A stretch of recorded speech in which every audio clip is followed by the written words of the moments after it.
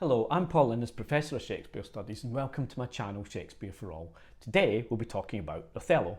This is one of 3 videos on the play dealing with the characters, the plot and the context. In this episode we're talking about the context. At the end of the videos you'll find some useful study tips, in this case organised as a discussion of Renaissance performance techniques along with key terms. Now I use the MIT online version of the text because it's accessible, along with the Arden 3rd edition. If you're studying for assessments, an edition like this with supporting material, good introduction, extra notes and so on is very, very useful. If you want to know more, please remember to subscribe. Now, there are 3 main layers to the context for this play that I want to discuss, and the various characters and speeches you'll study all fit into these elements. Think of them as broad categories that run throughout the play. First one's the setting, the geographical locations. The second one is the figure of Othello, and the third one is gendered relations. And as I've said, I'll finish by using an overarching discussion of Renaissance performance techniques to draw all 3 of these together. So, the setting. The play starts in Venice, and that's where its central concerns are established. It then moves to Cyprus as part of an ongoing war against the Turks. Now, this seems rather odd to us because it's a different historical period, but you have to remember just how important the Turks were in the Western European imagination at that time. They were a great enemy, perhaps the greatest enemy, a superpower, stronger even than Spain. Islamic, although not Arabs, the Turks were thought to be extremely cruel by the Christian states of Western Europe, probably because they felt threatened by them, and there were constant calls for a united Christian assault on them, including words like crusade. This was continuously thwarted by Christian infighting, especially after the emergence of Protestantism split the Christian world. Now, the Turks accomplished the seemingly impossible feat of taking Constantinople in 1453. It took the combined fleets of Spain and various Italian city-states to defeat the Turks at the enormous naval battle of Lepanto in 1571. They remain a great threat right through this period. They besieged Vienna in 1529 and again in 1683. Now, King James of Scotland, this will give you an indication of how important they are in people's imaginations. King James of Scotland, who's just become King of England as well, at the point where Othello is being written, King James wrote an epic poem about the Battle of Lepanto. That's the setting. We'll now move on to how the figure of Othello works within that setting, because this is where Othello comes in. He's continuously referred to by the other characters as Moorish with black skin. Now, this means he's either of North African origin or possibly from what has relatively recently become Spain. It had been reconquered from Muslim enemies, especially in the south and east of the country, so either origin probably means that Othello is Islamic, like the Turkish enemy. This makes him what we call a liminal figure. He has the same religion as the Turks, he knows them very well, but he fights against them, and he's not Venetian, obviously. So however much the state needs him, something he notes several times, as do some of the other characters, he's still an outsider. He's caught between different worlds. He's in a liminal position, so he's vulnerable. Hence the racism of Iago and Brabantio in particular, Desdemona's father, and also Othello's inability to unravel Iago's machinations. Othello is an outsider, so he's not used to super subtle Italian, especially Venetian intrigues. Now, Othello is well aware that he understands warfare, but isn't really suited to domestic concerns. Iago's going to exploit this, especially in terms of gender relations. Now remember, this is the so-called Age of Discoveries, and you don't build an empire if you respect other cultures. This play is produced in the midst of a period of great change, and black characters activate racist anxieties. Now, this isn't to say that all of the characters in the play behave like this. Of course they don't, but some do. Most of the Venetians in the play seem to respect Othello for his abilities, and they define him in those terms. And of course, Desdemona marries him. But the language used by people opposed to him is particularly vile, especially Iago and Brabantio, Desdemona's deceived father. So watch out for that, it's so centrally important. This brings us to gender relations. Now, in the Protestant English Renaissance, Italy is considered fundamentally corrupt, both because of its close associations with the great religious enemy of Catholicism, the papacy, but also because of the writings of Niccolo Machiavelli, guy who wrote The Prince.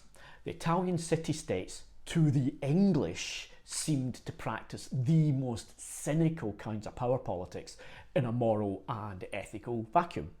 Venice was especially reviled, okay? You have to remember this. It was associated by the English with all sorts of corrupt practices, great wealth allegedly leading to enormous excesses of sexual and moral practices and all the rest of it. In effect, Venice, to the English, is the example of Italian degeneracy. Now, all of this is culturally specific as a set of English assumptions, as well as, to say the least, being dubiously unreliable. But this is the context for Desdemona and the other Venetians in the play. It adds some kind of veneer of credence to Iago's insinuations about Desdemona's supposed sexual corruption. Now, of course, she's nothing like this, but what matters is that Iago's accusations can seem credible to an outsider like Othello because of the social and cultural morass produced by the cesspit known as Venice, at least in the English contemporary imagination. Now, just a minor point of detail, what is really quite interesting in this play is the almost total absence of the Catholic Church. Unlike, say, Romeo and Juliet, religious conflict per se, in and of itself, is not really a major factor in the action of Othello, except as part of the general background, the contest. There are no priests. So now what we're going to do is draw these three things together. And this is the main part of this video, actually. And the study tips for this video are going to be about English Renaissance performance culture. Now, it might seem strange to include this as part of a discussion of context, but it's central to this play. Othello is saturated with almost all of the staging resources available to an English Renaissance dramatist. We'll discuss these in turn, provide you with a list of the key terms we use when we talk about performance in the period. If you can include some of these concepts and maybe some of the terminology in an assessment, you show your examiners that you're well aware of the main conventions and techniques of drama as Shakespeare uses them in Othello. About the only thing you don't get is the use of a trapdoor in the centre of the stage floor. Apart from that, this play is an excellent primer for the culture and techniques of Renaissance drama on the public stage. And for the English exam system, especially at A level, you're required to know about the context. Renaissance performance culture is a major element of context, especially for this play. Now, the play begins with the use of the vertical dimension as Iago and Rodrigo shout up at Brabantio. It's a very similar technique to the balcony scene in Romeo and Juliet, although obviously in this play it's used for different purposes. There's also constant use being made of the soliloquy form of direct address to the audience by a character on stage alone. It's used mainly by Iago. It disrupts what we might think of as the fourth wall because on this stage there isn't one. The audience surrounds the stage.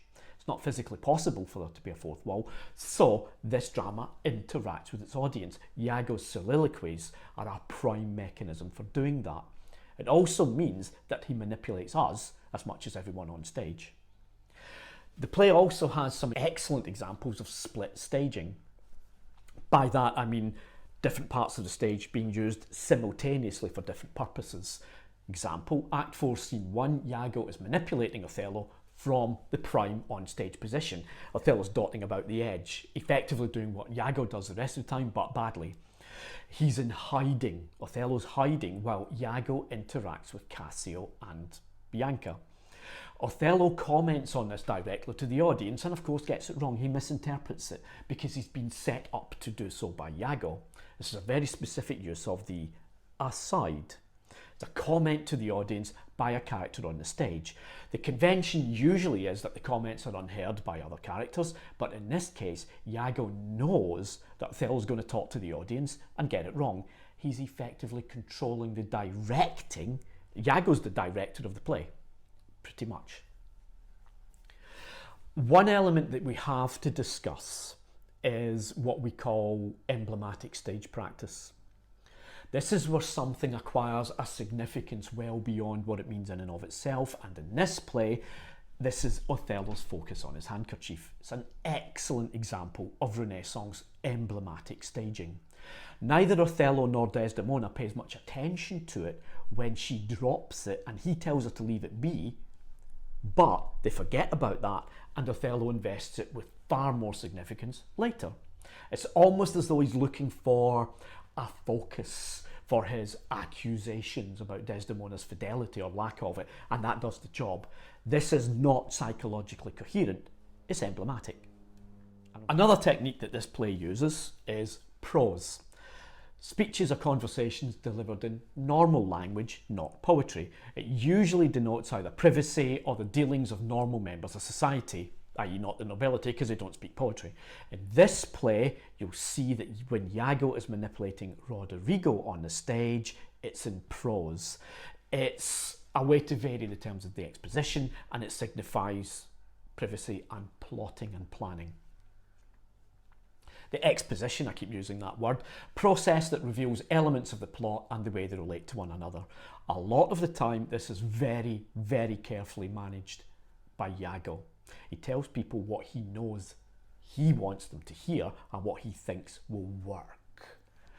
In other words, often in this play, a version of events is being provided, flavoured by the position of the person delivering them. That's how the exposition works. Protagonist, quite straightforward, main character, sometimes there's more than one. In this play it's Othello. Antagonist is the main opposition to the protagonist, that's Iago. Now strangely enough, even though he's the antagonist, Iago is on stage and has more lines than Othello. He pretty much controls everything. As I've said before, he more or less directs the action until it goes wrong for him by chance at the end.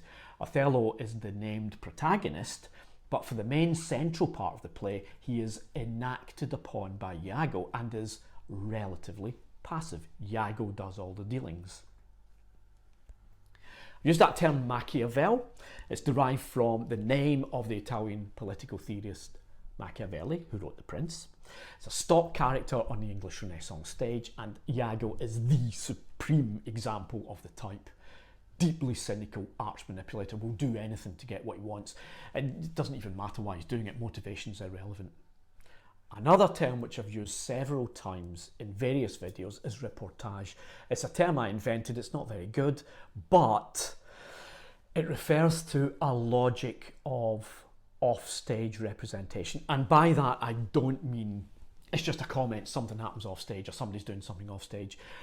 Use this phrase if you can get it into an essay, hopefully you score more points. It's something that is symbolically central. In this play, that is Desdemona.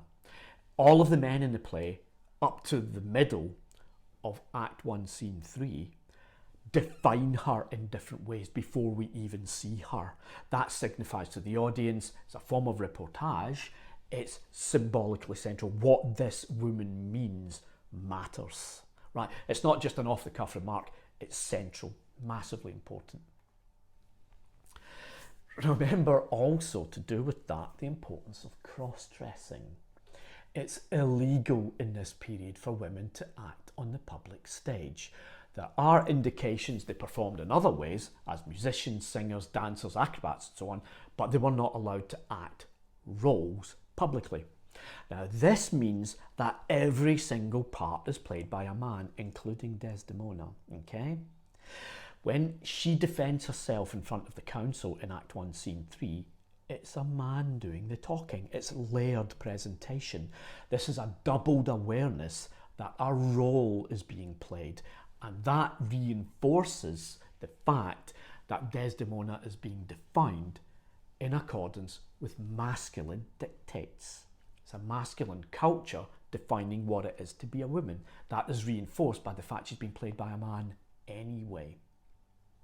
And finally, remember that Renaissance tragedy is self-aware, okay? It often displays an awareness of its own artificiality. It's self-referential. You'll see other terms used by critics like meta-theatre or meta-drama. It's just a posh way of saying these plays talk about themselves as plays. It's very common in Renaissance drama. In this play, at the very end of Othello, the relatively minor character, Lodovico, is the one who speaks about the events as though they were a tragedy. That's basically a primer on Renaissance performance techniques. So, good luck with your studies, especially if you are dealing with this play for A-level and so on. If you want to know more, there are also videos on plot and characterization for Othello, so please remember to subscribe.